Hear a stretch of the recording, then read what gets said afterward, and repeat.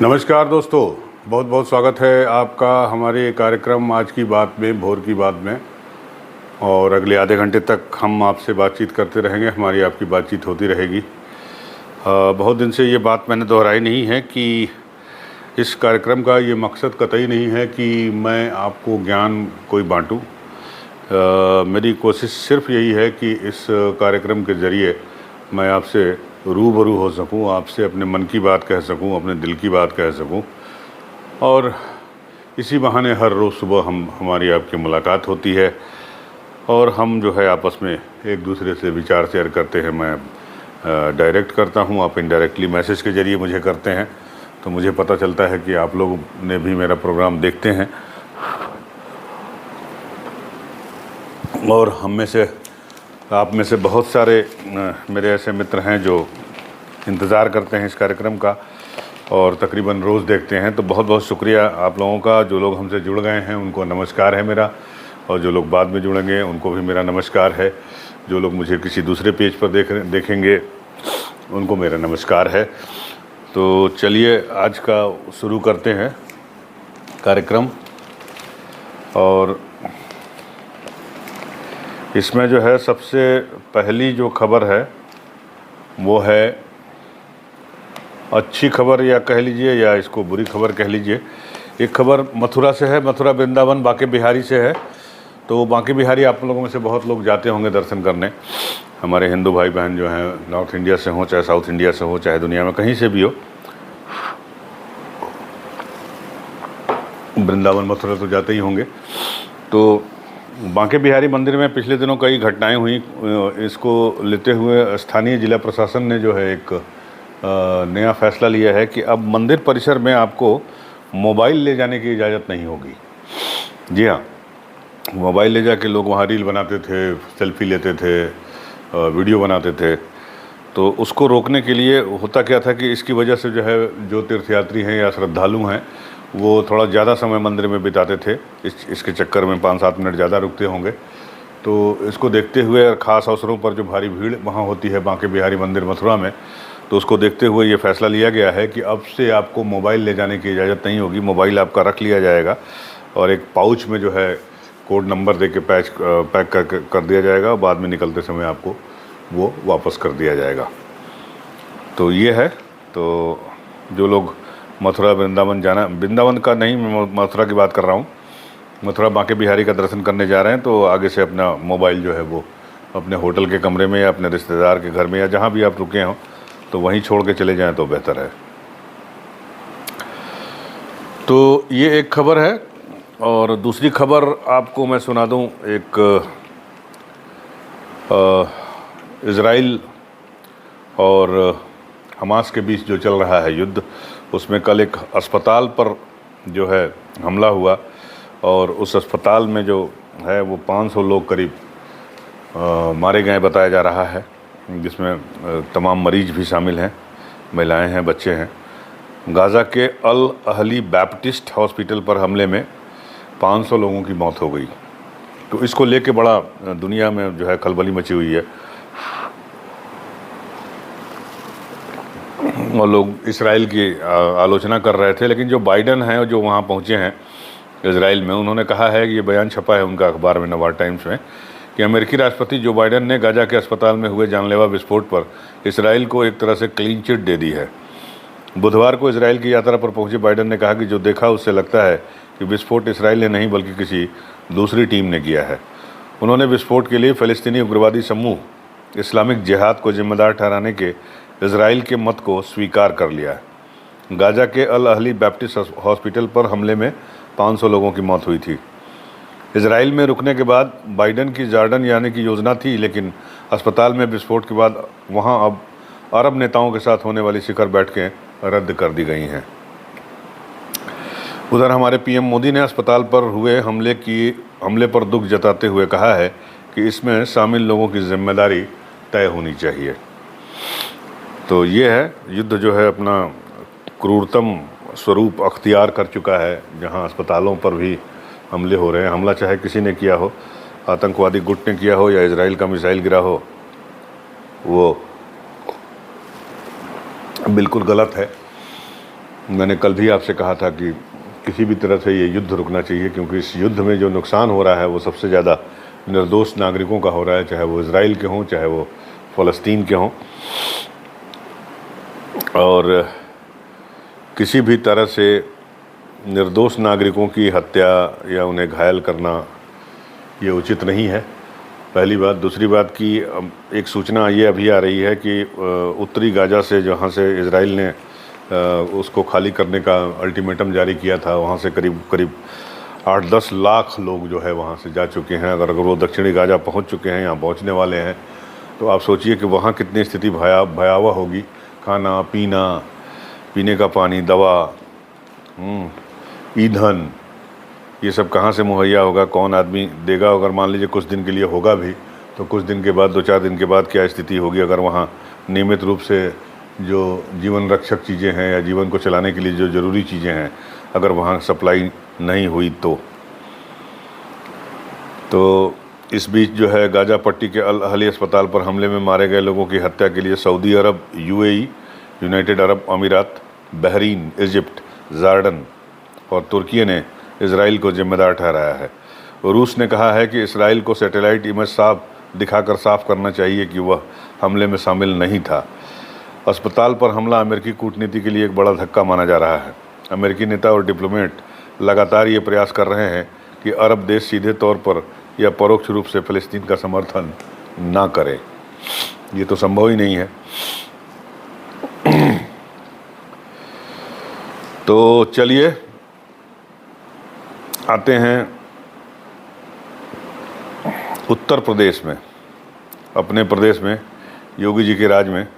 योगी जी ने कल एक वो जारी किया है, निर्देश जारी किया है कि अस्पतालों में डेंगू के मरीजों के इलाज के लिए, अस्पताल की बात हो रही थी तो मैंने कहा कि ये अस्पताल वाली खबर हमारे यहाँ भी है, तो इसको थोड़ा सा 2 लाइन बता दूं आपको कि सीएम योगी आदित्यनाथ ने अस्पतालों में डेंगू के मरीजों के इलाज के लिए अतिरिक्त बेड की व्यवस्था करने के निर्देश दिए हैं।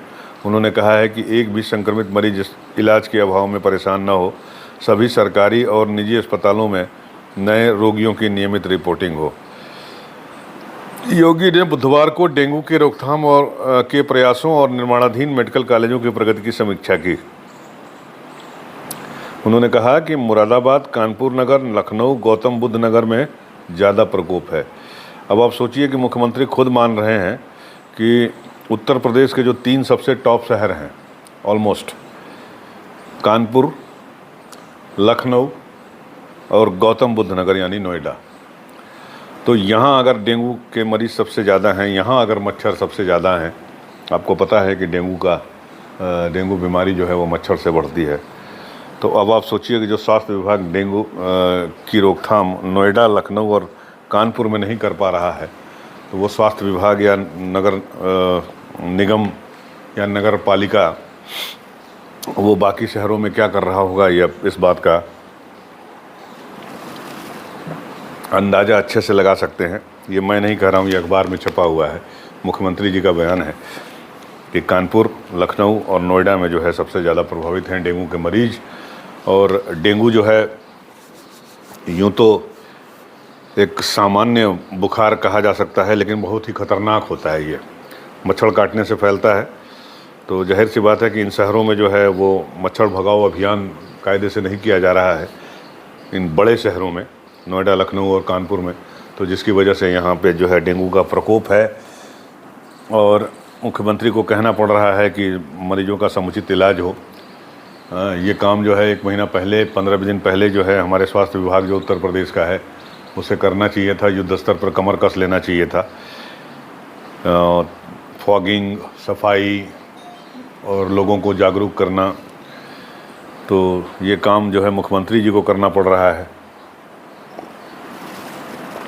तो जो स्वास्थ्य विभाग के अधिकारी हैं और नगर निगम के अधिकारी हैं, नगर पालिका के अधिकारी हैं, तो उनके लिए मतलब सोचने वाली बात है कि मुख्यमंत्री जी को जो है इस छोटी छोटी बातों के लिए उनको ताकीद करना पड़ रहा है। डेंगू जैसा कि आपको मालूम है, अगर हो गया तो बुखार इतनी तेज़ होता है, 102, 103, 104, शरीर पे चकत्ते पड़ जाते हैं, रैसेज होते हैं शरीर पे, और उल्टी जैसा होता है, गले में खराश टाइप का महसूस होता है, सर में दर्द होता है, और प्लेटलेट्स जो आपके हैं वो सबसे कम हो जाते हैं। तो प्लेटलेट्स कम होने के बारे में बहुत लोगों को मिथक है कि 1 लाख प्लेटलेट अगर 1.5 लाख से घट के 1 लाख आ गया तो लोग घबराने लगते हैं। इसमें 1 लाख प्लेटलेट्स आ जाए तो घबराने की आवश्यकता बिल्कुल नहीं है। प्लेटलेट्स जब तक आपका 40,000 के नीचे नहीं आता है तब तक आपको घबराने की चिंता करने की आवश्यकता नहीं है। आप समुचित एक प्रॉपर डॉक्टर के इलाज में, एक हॉस्पिटल की देखरेख में या डॉक्टर की देखरेख में आप अपना इलाज करिए, उसके बताए गए उसके हिसाब से दवा खाइए, आराम करिए, लिक्विड ज़्यादा लीजिए, ज़्यादा से ज़्यादा जितना ज़्यादा आप ले सकते हैं। तमाम तरह की जो भ्रांतियां हैं कि पीपल का पत्ता खाइए तो पपीता का पत्ता खाइए तो ये करिए वो करिए, वो सब नहीं। दवा जो है वो करना है आप करते रहिए, लेकिन जो दवा प्रॉपर है वो खाते रहिए, अपनी डाइट प्रॉपर लेते रहिए, लिक्विड भरपूर मात्रा में लीजिए। और आपका प्लेटलेट्स अगर 40,000 के नीचे आ जाए तब आप घबराइए। उस घबराने या चिंता करने की हल्की सी बात होती है। 40,000 प्लेटलेट पे भी बहुत ज़्यादा डेंजरस सिचुएशन नहीं होता है, और तब आपको प्लेटलेट चढ़ाने की ज़रूरत पड़ती है और आप प्लेटलेट चढ़वा सकते हैं। नहीं तो अगर उससे कम होता है, अगर आपका प्लेटलेट 20,000 से नीचे जाता है तो शरीर में इंटरनल ब्लीडिंग होने की, मतलब आंतरिक रक्तस्राव होने की आशंका होती है, तो वो बड़ी ख़तरनाक सिचुएशन हो जाती है। तो जाहिर सी बात है, मुझे जो जानकारी थी मैंने आपके साथ शेयर कर ली। आप थोड़ा सावधान रहेंगे, मच्छरदानी लगा के सोइए, ऐसी जगहों पे आसपास अपने सफाई रखिए। नगर निगम वाले या नगर पालिका वाले सफाई नहीं कर रहे हैं तो आप खुद ही कर लीजिए, थोड़ा मच्छर मक्खी कम हो जाएंगे, बीमारियां कम होंगी। तो ये है, ये बीमारी से हो गया। बीमारी से आते हैं बोनस पे। तो हमारे योगी सरकार से आते हैं मोदी सरकार पे। तो हमारे मोदी जी ने जो है कल एमएसपी का डिक्लेयर किया है। एमएसपी को लेके आपको तरह तरह का बवाल होता है, आपको तो पता ही है। तो गेहूं के समर्थन मूल्य में 150 रुपये प्रति क्विंटल की बढ़ोतरी की गई है। अब 2275 रुपये प्रति क्विंटल हुआ गेहूं का एमएसपी। और 6 फसलों के न्यूनतम समर्थन मूल्य में 2 से 7% तक की वृद्धि की गई है। सबसे ज़्यादा वृद्धि मसूर की दाल के एमएसपी में 425 रुपये हुई है। केंद्रीय मंत्री अनुराग ठाकुर ने बताया कि पीएम की अध्यक्षता में आर्थिक मामलों की मंत्रिमंडलीय समिति ने विपणन वर्ष यानी मार्केटिंग ईयर 24-25 के लिए फैसला लिया है ताकि किसानों को लाभकारी मूल्य दिलाया जा सके। कृषि लागत और मूल्य आयोग की सिफारिश के आधार पर मसूर की दाल के बाद सबसे ज़्यादा राई और सरसों के लिए 200 रुपये प्रति क्विंटल की मंजूरी दी गई है। गेहूं के बराबर कुसुम के एमएसपी में भी 150 रुपये की बढ़ोतरी की गई है।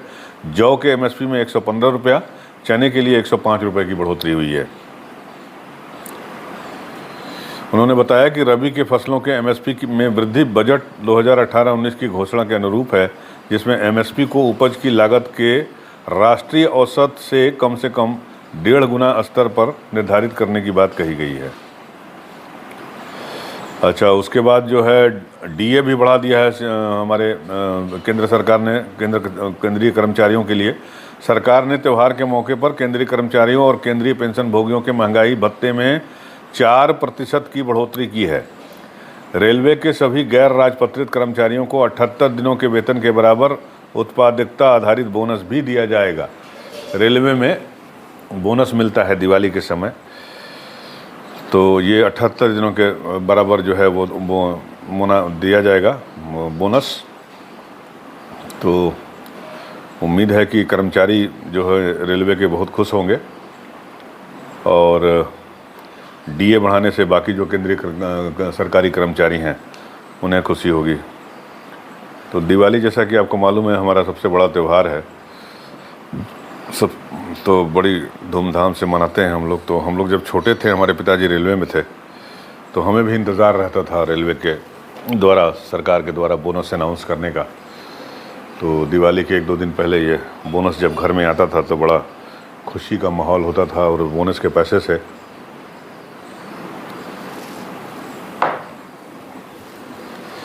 हम जो है दिवाली के त्यौहार जो है, जो चीज़ें थी वो ख़रीदते थे और त्यौहार मनाते थे, बड़ा अच्छा लगता था। तब वो बोनस कम हुआ करता था, कभी 2,000 कभी 2,500 ऐसे कुछ मिलता था। लेकिन उतनी बड़ी भी रकम आज के 10-15 हज़ार के बराबर थी उस समय। तो बड़ा ही अच्छा लगता था। चलिए आगे बढ़ते हैं। आते हैं आज़म खान साहब पे। आज़म खान साहब के बुरे दिन जो है वो समाप्त नहीं हो रहे हैं। रामपुर के एमपी एमएलए कोर्ट के जज शोभित बंसल ने बुधवार को बहुचर्चित फर्जी बर्थ सर्टिफिकेट केस में फैसला सुना दिया। कोर्ट ने रामपुर के पूर्व सांसद विधायक आज़म खान, उनकी पत्नी और पूर्व राज्यसभा सांसद तंजीन फातिमा और बेटे पूर्व एमएलए अब्दुल्ला आज़म को 7 साल जेल की सज़ा सुनाई। तीनों पर 50,000 रुपये का जुर्माना भी लगाया है। कोर्ट ने तीनों की जमानत रद्द करते हुए जेल भेजने का आदेश दिया है। आज़म खान, उनकी पत्नी और उनके बेटे को कड़ी सुरक्षा में कोर्ट से रामपुर जेल लाया गया। कानूनी के जानकारों के अनुसार 3 साल से अधिक की सज़ा होने के कारण उन्हें जेल भेजा गया है। 30 दिनों के अंदर वे एमपी एमएलए कोर्ट के फैसले के खिलाफ हाई कोर्ट में अपील कर सकते हैं। जेल जाते वक्त आज़म खान ने मीडिया से कहा कि इंसाफ और फैसले में फ़र्क होता है। कानूनी लड़ाई लड़ेंगे, इंसाफ ज़रूर मिलेगा। तो रामपुर से मौजूदा भाजपा विधायक आकाश सक्सेना ने 2019 में गंज थाने में आज़म के बेटे अब्दुल्ला आज़म के खिलाफ धोखाधड़ी करके 2 जन्म प्रमाण पत्र बनवाकर चुनाव लड़ने का केस दर्ज करवाया था। एफआईआर में अब्दुल्ला के साथ उनके पिता आज़म और मां तंजीन को भी आरोपित बनाया गया था। पुलिस ने जांच के बाद कोर्ट में चार्जशीट दाखिल की थी, तब तीनों को जेल जाना पड़ा था। बाद में जमानत मिल गई थी। आकाश ने कोर्ट के फैसले को सच की जीत बताया है। अब मामला क्या था थोड़ा पढ़ के बता देता हूँ। नवाब टाइम्स में छपा हुआ है point by point Azam Khan के बारे में और इस केस के बारे में। आकाश ने आरोप लगाया था, आकाश सक्सेना हैं, ये भाजपा के विधायक हैं। आकाश सक्सेना ने आरोप लगाया था कि अब्दुल्ला ने 2 जन्म प्रमाण पत्र यानी बर्थ सर्टिफिकेट बनाए हैं। एक रामपुर नगर पालिका परिषद से और दूसरा लखनऊ नगर निगम से बना है। इसका प्रयोग चुनाव में किया गया। जन्म प्रमाण पत्र देना पड़ता है चुनाव में, तो उसमें नामांकन करते समय तो वो देना पड़ता है, तो उसमें इन्होंने उपयोग किया, दोनों का किया होगा। शैक्षणिक प्रमाण पत्र में अब्दुल्ला की डेट ऑफ बर्थ 1 जनवरी 1993 है। माने शैक्षणिक प्रमाण पत्र जो हाई स्कूल का सर्टिफिकेट होता है, जबकि जन्म प्रमाण पत्र के आधार पर 30 सितंबर 1990 है। पुलिस ने जांच में आरोप सही पाते हुए कोर्ट में चार्जशीट दाखिल की थी। 2017 में अब्दुल्ला स्वार से विधानसभा चुनाव जीते। उन्होंने नवाब काजिम अली खां उर्फ नवेद मियां को हराया था। नवेद मियां ने हाई कोर्ट में केस किया कि चुनाव के वक्त अब्दुल्ला की उम्र 25 साल से कम थी। उन्होंने फर्जी दस्तावेज लगाकर चुनाव लड़ा है। कोर्ट में अब्दुल्ला का जन्म प्रमाण पत्र जो है वो फर्जी साबित हुआ। इसके बाद उनकी विधानसभा की सदस्यता रद्द कर दी गई। 2022 में अब्दुल्ला स्वार सीट से फिर विधायक का चुनाव जीत गए। मुरादाबाद में दर्ज एक केस में कोर्ट ने 15 साल के बाद अब्दुल्ला को दोषी माना। 14 फरवरी 2023 को 2 साल की कैद की सज़ा हुई और सज़ा की वजह से उनकी विधायकी फिर चली गई। तो ये है आज़म खान साहब की खबर। तो ये जो बड़ा जो है उनके दिन जो है बुरे दिन समाप्त नहीं हो रहे हैं। तो बहुत राज भी किया है इन्होंने राजा की तरह। जब तक नेताजी जीवित थे पार्टी में इनकी हैसियत नंबर 2 की हुआ करती थी, आपको तो पता ही है। तो ये जो चाहे करते थे, नेताजी इनको बोलते नहीं थे। तो उसी का नतीजा है कि जब बेलगाम आदमी हो जाता है तो अच्छा बुरा उसकी समझ में नहीं आता क्या हो रहा है। और ये भी कहते हैं कि ईश्वर की लाठी बेआवाज़ होती है। बहरहाल बढ़ते हैं एक और अदालत की खबर पे कि दिल्ली की एक अदालत ने टीवी पत्रकार सौम्या विश्वनाथन की हत्या में रवि कपूर, अमित शुक्ला, अजय कुमार, बलजीत सिंह मलिक को दोषी ठहराया है और इनकी सज़ा 26 अक्टूबर को तय की जाएगी। आपको मालूम है कि 2008 में सौम्या की ऑफिस से लौटते वक्त गोली मारकर हत्या कर दी गई थी। सौम्या एक चैनल में पत्रकार थी। रात को ड्यूटी करने के बाद लौट रही थी तो उनकी ये हत्या हुई थी। बड़ा चर्चित मामला था उस समय ये। तो उसमें जो है 4 लोगों को दोषी ठहराया गया है। सज़ा का ऐलान जो है वो 26 अक्टूबर को होगा। और अपराध के लिए इन्हें दोषी माना गया है। 5वें शख्स जो है वो अजय सेठी हैं, उनको एक अन्य अपराध के लिए दोषी माना गया है। पांचों की सज़ा 26 अक्टूबर को तय की जाएगी। 15 साल पहले 2008 में पत्रकार सौम्या विश्वनाथन की ऑफिस से घर लौटते समय गोली मारकर हत्या कर दी गई थी। अदालत ने रवि कपूर, अमित शुक्ला, अजय कुमार, बलजीत सिंह मलिक को सौम्या की हत्या का दोषी ठहराया है। अभियोजन के मुताबिक घटना 30 सितंबर 2008 की है। सुबह 3:25 और 3:55 के बीच की है, दिल्ली में। सौम्या अपने ऑफिस से घर जा रही थी। आरोपी रवि कपूर, अमित शुक्ला, अजय कुमार, बलजीत सिंह ने लूटने के इरादे से गोली चलाई और उसकी हत्या कर दी। गोली रवि कपूर ने चलाई थी। कोर्ट ने माना कि 2009 में जिगीशा हत्या और दिल्ली कैंट में लूट को इन लोगों ने ही संगठित अपराध के तहत अंजाम दिया था। मौजूदा केस भी रवि कपूर के गैंग का कारनामा था। संगठित अपराध के चलते पांचों आरोपितों पर मकोका लगा। मकोका का मकसद संगठित और अंडरवर्ल्ड क्राइम को रोकना है। उधर सौम्या की मां ने कहा, उनकी मां माधवी विश्वनाथन ने हत्या के जुर्म में दोषी ठहराए गए सभी 4 लोगों के लिए आजीवन कारावास की मांग की है। माधवी ने कहा कि हमने अपनी बेटी को खो दिया। हम दोषियों के लिए आजीवन कारावास की मांग करते हैं। उन्हें वही भुगतना चाहिए जो हम सह रहे हैं अभी तक या हमने सहा है। तो 26 अक्टूबर को अब आएगा तो पता चलेगा कि कोर्ट जो है इनको क्या गुनाह देता है, सज़ा देता है। लेकिन बड़ा ही दुखद घटना हुआ था। और कल जो है न्यूजीलैंड और अफ़गानिस्तान का मैच हुआ। अफ़गानिस्तान से लोगों की बड़ी उम्मीदें थीं जब उसने इंग्लैंड को हरा दिया। वर्ल्ड कप की बात कर रहा हूँ मैं, वर्ल्ड कप क्रिकेट। लेकिन न्यूजीलैंड ने अफ़गानिस्तान को हरा के लगातार 3 मैच अपने जीत लिए हैं और न्यूजीलैंड ने उसे आसानी से हराकर वर्ल्ड कप में जीत का चौका भी लगा दिया है। 4 मैच लगातार जीत कर पॉइंट टेबल में सबसे टॉप पे जगह बना ली है। ग्लेन फिलिप्स और कप्तान टॉम लैथम की शतकीय साझेदारी और गेंदबाजों के शानदार प्रदर्शन से न्यूजीलैंड ने अफगानिस्तान को 149 रन से करारी शिकस्त दे दी। न्यूजीलैंड ने अफगानिस्तान के स्पिनरों के सामने कुछ विषम पलों से गुजरने के बाद भी 6 विकेट पर 288 रन का चुनौतीपूर्ण स्कोर बनाया। अफगानिस्तान की टीम इसके जवाब में 34.4 ओवर्स में 139 रन पर आउट हो गई। फिलिप्स ने 80 गेंद पर 4 चौकों और इतने ही छक्कों की मदद से 71 रन बनाए। लैथम ने 74 गेंद पर 68 रन बनाए, जिसमें 3 चौके और 2 छक्के। दोनों ने 5वें विकेट के लिए 144 यानी 144 रन की साझेदारी की, जिससे न्यूजीलैंड आखिरी 10 ओवर में 103 रन जोड़ने में सफल रहा। और अफ़गानिस्तान की टीम में किसी तरह का कोई जोश और जज्बा नहीं दिखाया जो उसने इंग्लैंड के खिलाफ दिखाया था। तो ये है, अफ़गानिस्तान की टीम हार गई। जैसा कि उम्मीद तो था ही कि न्यूजीलैंड जीत जाएगी, वही हुआ। अब आज भैया हमारे टीम इंडिया का मुकाबला जो है वो बांग्लादेश से है। तो 5वीं बार वर्ल्ड कप में दोनों बांग्लादेश और इंडिया भिड़ने जा रहे हैं और पिछले 4 में से 3 मुकाबलों में भारत जीता है।